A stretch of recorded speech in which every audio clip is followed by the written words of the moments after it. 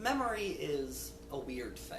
Sometimes two completely different and disparate things can connect in your brain, even if it doesn't make sense. I have 3 examples today for you that applies to my brain. The first is the song Your Love by the Outfield and the show Ed, Edd n Eddy. Now, this is actually the simplest connection. Back at the end of 2020, a TikToker named Valazothian realized that the lead singer of the Outfield sounds a little like Ed from Ed, Edd n Eddy, so they animated Ed singing this song.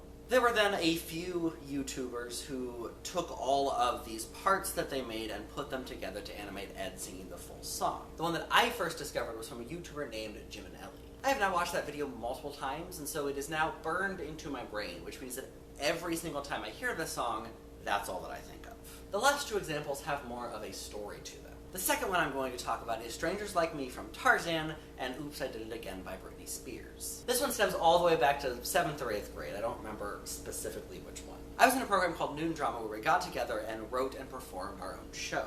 This particular play was about an obnoxious student who never paid attention in class and only listened to and belted Britney Spears until he was transported to a magical land by a magical fairy where he had to learn his lesson, and he could only get home after learning his lesson by running around in a circle while saying Peter Piper picked a peck of pickled peppers 3 times in a row. You know, like you do.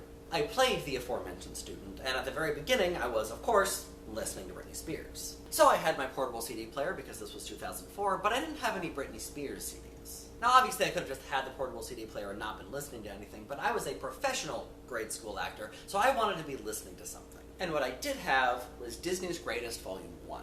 And what was the first track on that CD? Strangers Like Me. So whenever I hear the intro of that song, I'm transported back to the early 2000s and a young kid belting out, Oops, I Did It Again. Finally, what I think is probably the weirdest connection here, we have the game, Mystery Case Files Ravenhurst, and 25th Annual Putnam County Spelling Bee. Back in what I believe was 2007, I went to New York City for the first time with my family, and we saw 25th Annual Putnam County Spelling Bee on Broadway. I knew nothing about this musical before I watched it, and it quickly became my all-time favorite musical, an accolade it still holds to this day. So I was very happy when I found out that the official website for Spelling Bee just had the entire musical soundtrack on it for anyone to listen to. This is no longer true, and I'm pretty sure this website doesn't exist anymore, but it made Past Jeffrey very excited. Around the same time is when I also started playing the Mystery Case Files games. I didn't have as many options in this case, because if I'm remembering when we went to New York City correctly, there were only 3 games, and I only played one of them. So I played Ravenhurst. Now, one of the positives that I had about Ravenhurst, as you may remember back when I first talked about it, but that was a while ago, so understandable if you don't remember, is that it has a very good spooky atmosphere. Sometimes a little too spooky for high school age Jeffrey. So, what better way to ease my nerves than to mute the game sounds and listen to Spelling Bee, nicely provided by the musical itself. I could play the game and listen to the musical ad nauseum, which is how I learn all my music. Listening to it ad nauseum, not necessarily playing spooky games at the same time. The side effect of this, of course, is that now whenever I play Ravenhurst, I will always think of Spelling Bee, even though I haven't listened to Spelling Bee while playing it in many, many years. So yeah, memory's weird. Sometimes a song you had never heard of now reminds you of a TV show that you grew up with. Sometimes a song from a 90s Disney movie reminds you of a 90s pop song that you never really listened to. And sometimes an almost 2-decade-old game reminds you of an almost 2-decade-old musical. What's 2 things that are forever connected in your head? Let me know down in the comments, or make a video if you're feeling spicy, and I will see all of you tomorrow.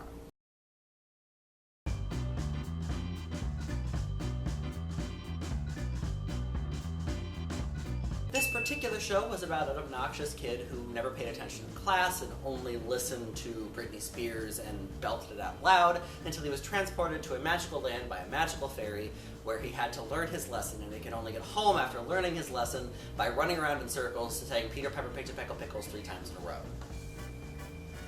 Try that again. This particular show was about an obnoxious student who never paid attention in class and only listened to Britney Spears and belted it out loud until he was transported to a magical land by a magical fairy where he had to learn his lesson, and then he could only get home after learning his lesson by running around in a circle 3 times while saying Peter Piper picked